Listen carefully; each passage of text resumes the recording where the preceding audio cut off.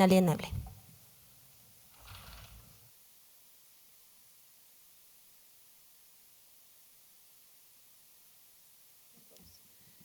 Con su permiso, Presidenta. Adelante. En relación o referencia sobre la propuesta de la reforma federal a la ley del Infonavit, es mi intervención el día de hoy, ya que para todos es de interés en carácter local, municipal, pues lo que está pasando en la vivienda en México. Por eso he denominado esta intervención: la vivienda es un derecho inalienable. Ni una casa sin gente, ni gente sin casa. La vivienda es la base de la seguridad, la salud, la educación y la estabilidad social del país.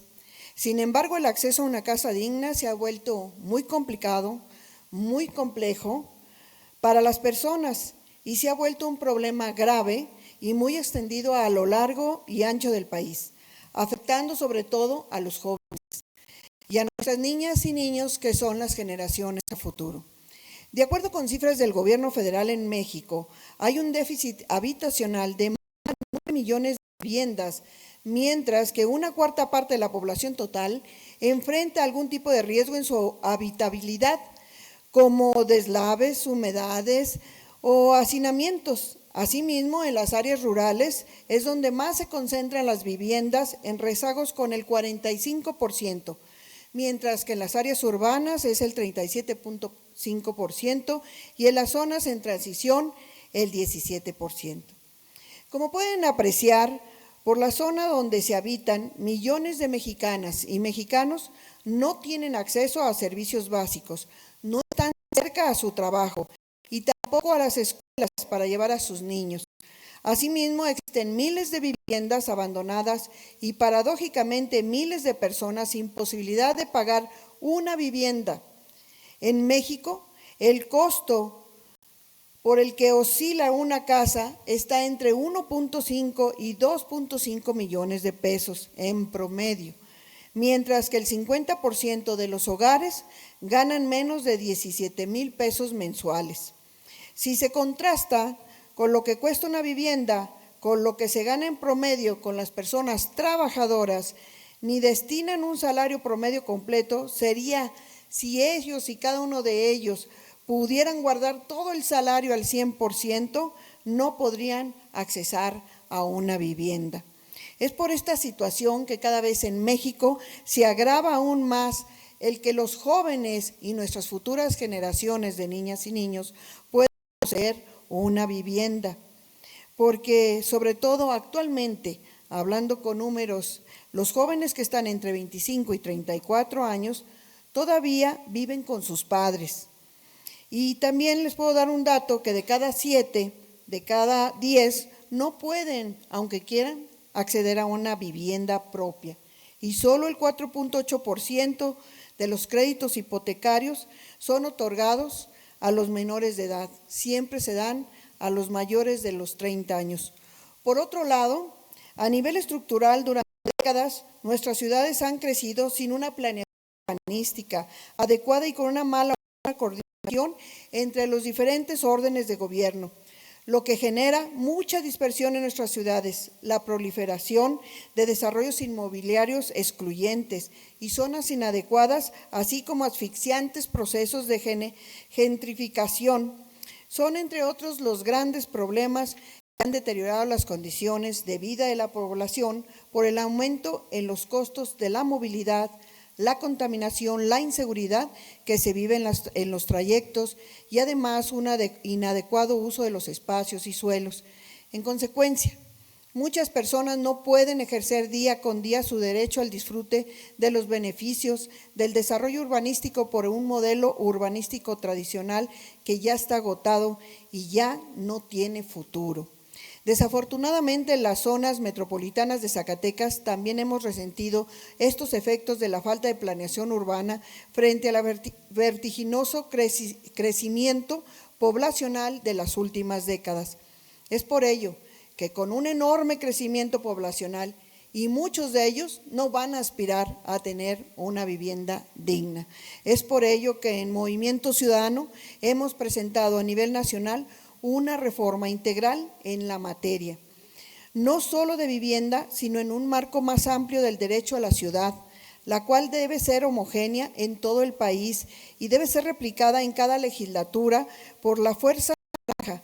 Esta gran reforma está sustentada por 5 grandes ejes que son los siguientes: el derecho a la vivienda y el derecho a la ciudad, una nueva visión de viviendas integradas en su entorno, un papel mucho más activo del Estado, no solo en la construcción de la vivienda, sino en la planeación y en la recuperación de los suelos. La propuesta también en México es que la gente que gane, aunque ganes un salario mínimo, sí se le otorgue una vivienda digna, porque en México una persona de un salario mínimo no tiene derecho a una vivienda por el Infonavit. Y por último, la obligación del Infonavit como un instituto y como parte también de los delegados locales en Zacatecas, pedirles que den vivienda higiénica, limpia y la capacidad también de poderla tener jóvenes y aquellas personas con discapacidad que por favor puedan ser sujetos de crédito, porque no son sujetos de crédito si tienen alguna discapacidad. Por eso debemos de alzar la voz para todos y por todos en nuestros Zacatecas.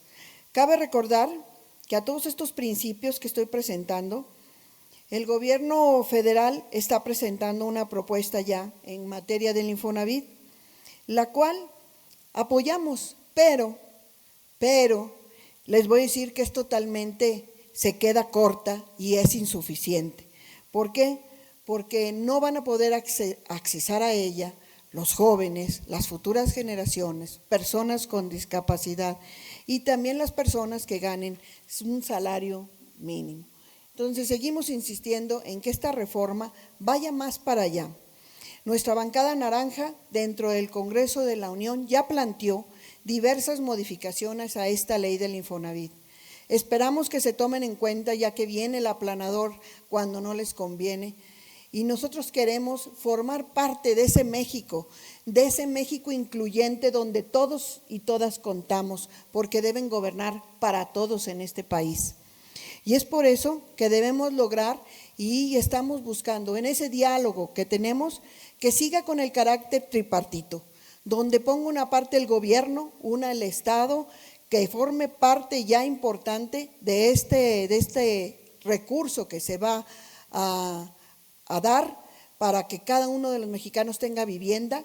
Nada más ahorita en este momento contribuye con el 0.225. El 5% el patrón y el resto lo pone el trabajador cuando se le otorga el crédito. Entonces tenemos que conocer cómo funciona el sistema operativo del Infonavit, y es por eso que no tenemos el acceso a una vivienda digna.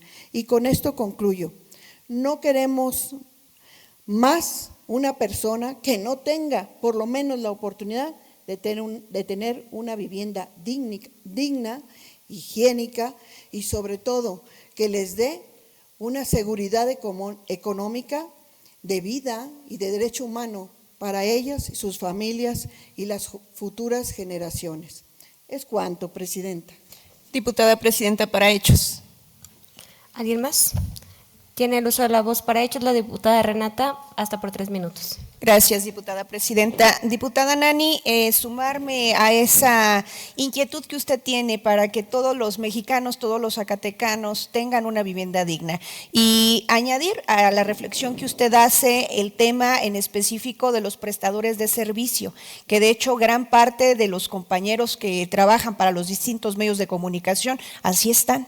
No tiene, si los de salario mínimo, como usted lo menciona, no, hoy en día, antes del tema de la reforma, no tienen derecho a una vivienda, los prestadores de servicio, ahí no la vemos, y les digo, no la vemos porque muchos años me dediqué en ese asunto y muchos años fui contratada como prestadora de servicio, no tienes derecho absolutamente a nada.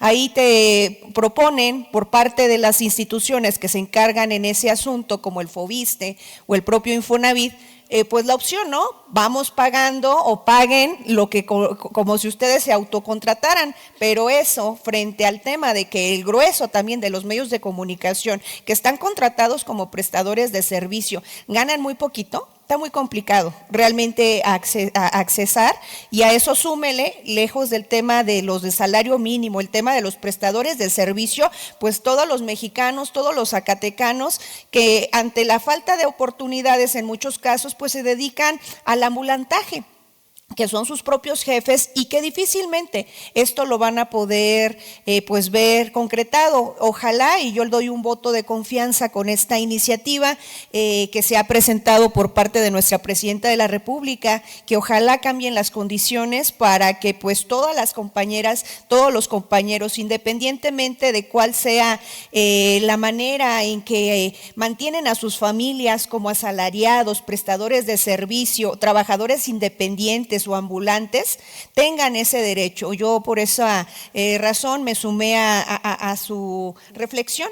Y pues veremos ahora que llegue esta iniciativa, que me parece que va a llegar también para el tema de la discusión, que se puede pues también impulsar y acompañar aquí en el estado de Zacatecas. Hasta donde tengo entendido es en el municipio de Guadalupe, donde ya daban un anuncio de la construcción de las primeras casas, precisamente en este nuevo programa que traen por parte del gobierno federal. Ojalá que esta iniciativa ahora sí que se amplíe al grueso de los municipios, principalmente donde hay mucha pues población, hay mayor densidad poblacional, para beneficiar pues a más zacatecanos y zacatecanos.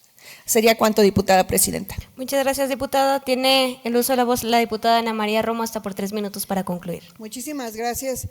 Pues efectivamente, esta ley o reforma a la ley del Infonavit tarde que temprano va a llegar a nuestro estado de Zacatecas y será parte de estudio importante para nosotros. Actualmente el gobierno del estado está haciendo frente al apoyo de las familias a través de Sedubot con los pies de casa, pero esto no es suficiente, hay que tener pues todo el contexto, desde el estudio del suelo, lo que es la parte también que sean empresas serias, formales, porque ahí tenemos las casas de polvorón. También tenemos, ¿por qué? Porque se han construido sin ningún estudio, nada más de cuates, de situaciones que queremos ya que erradicar del Estado, que es la corrupción.